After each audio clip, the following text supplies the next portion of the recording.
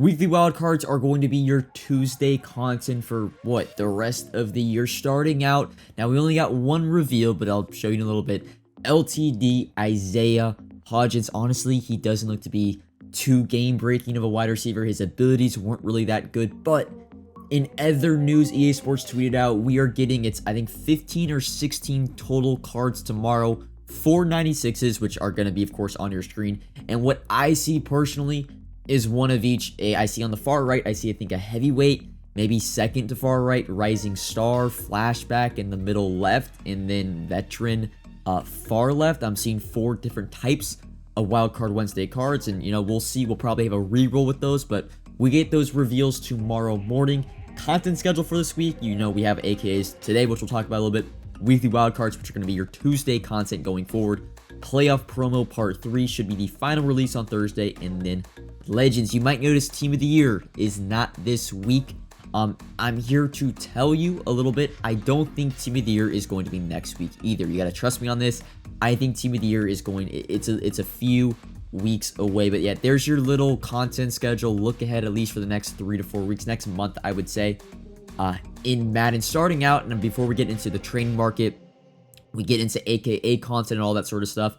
Make sure you guys are selling off your 78 overalls through 81 overall cards. We did get the Compass refresh today.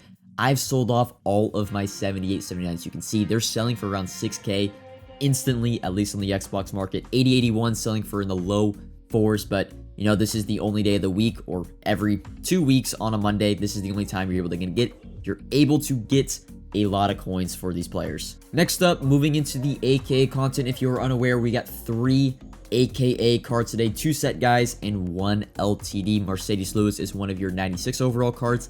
The other is going to be JPP. They're both going for around 350 to 380k. Your LTD is Javon Hargrave, 96 overall. He is in those AKA rerolls, going for around 650k. I will say he looks very, very rare, and the only reason he is a relatively good price is he's not that great of a card. He's nothing game-changing on the defensive tackle side, although he is Eagles theme team, and that is probably the most popular current theme team in the game. A question, though, that I have been asked a lot already this morning, this afternoon, just today in general.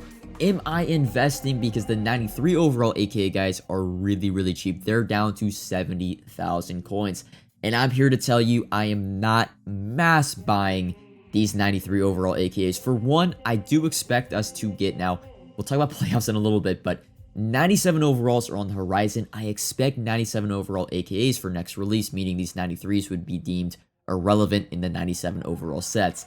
The other thing is these 93 overall cards have consistently just dropped and dropped and dropped. Now, I will say I am going to buy 1 set, so I'm going to buy 4 93 AKAs for 70k or less, just in case one of the 2 players next Monday is a 96 and I actually want them for my team. So I will buy them for 70,000 coins, have a pair or a set of 4 ready for that. But overall, not buying these cards because we're about to get 97 overalls and these cards are consistently dropping. I'm waiting to see a pattern or some sort of reason for these cards to go back up in price. All right, finally moving into the training market. We're going to have a little bit of a long discussion about training, Team of the Year, weekly wildcard, my mindset, and my plan with all my training investments in my binder. Try to keep this as simple as possible. So where's the training market at right now? It's stagnant. It's been the same thing since this past Thursday. I was hoping this past Saturday and Sunday training would drop a little bit, but we got a platinum bundle, and people just don't seem to be buying legend packs that often this year. So the market has pretty much been the same since we got the Thursday LTDs, which is still a much higher market than we had this past Tuesday and Wednesday. If you remember, we were buying 94 overalls for 100k. They're going for 135k unfiltered right now. So the market already is up a ton if you bought this past Tuesday and Wednesday. But now getting into my entire binder and my mindset with training, because it has changed since I got this Team of the Year intel, where we don't really see it being, well, of course it's not this week, and I don't think it's going to be next week, so it's not around the corner, but rather a few weeks away. My end game for training, right? We were all buying this training. We were, selling here and there. Some days, like last Monday, training market went up a ton. We sold as much as we can. Then we rebought or whatever, and it's like, okay, we're kind of just holding out. My end game was Team of the Year. Once Team of the Year happened, I was going to sell all my training. and go fully liquid, and all right, then we'll find another way, another reason to rebuy into training for whatever, right? But now with Team of the Year not necessarily around the corner, but a few weeks away, I am planning on going fully liquid, this Tuesday. Tomorrow is going to be a really, really good day to sell training. We should get new rerolls for, they're going to probably combine, maybe we get the TVP back, but they're probably going to have a weekly wildcard reroll where we'll have all the new weekly wildcard cards, sorry, tongue twister, plus that LTD Isaiah Hodgins, right? And there's going to be a pretty high demand for training, and I'm looking to sell pretty much all of my training by the end of the day, or like by Wednesday afternoon. Maybe I'll hold a little bit for playoffs part 3 on Thursday. But yeah, I just feel like I'm not trying to hold my same bulk training for like 2 weeks down the line. My plan is I'm going to sell most of it tomorrow and by Wednesday afternoon, you would say. And then I'm looking and I'm crossing my fingers that there will be another buy window in the next 2 weeks where I can rebind the training at close to 2 per at my 94s and my 96 overalls, because we're going to be getting 97 overall cards. We should get an odds boost in the market. There's a lot of reasons where training could drop down a little bit more from where it's at, especially if we don't get TVPs. So yeah, that's where I stand. I hope you guys understand.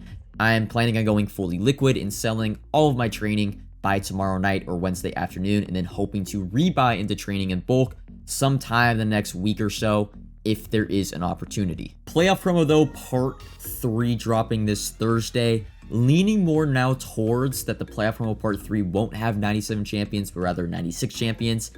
Every single promo this year we've gotten, Zero Chill, all 95s, Harvest, all 93s, Most Feared, all 92s.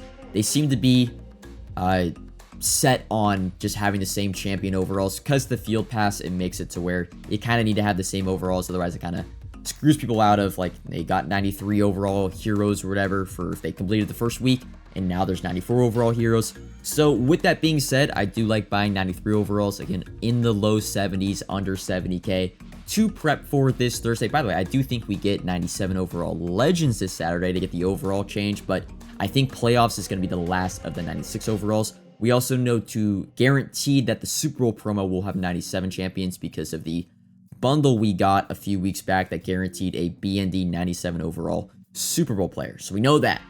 But I do think this week, this Thursday, we see the last of the 96 overall cards in this game. So yeah, 93 overall cards, under 70k, solid little buy. And to wrap up this Market Monday, gonna talk about LTDs, because they surprisingly, without TVPs in the game, there have been select cards with unique circumstances, unique abilities that have actually risen quite a lot since they've gone out of packs. Now, Justin Reed was the main one, right?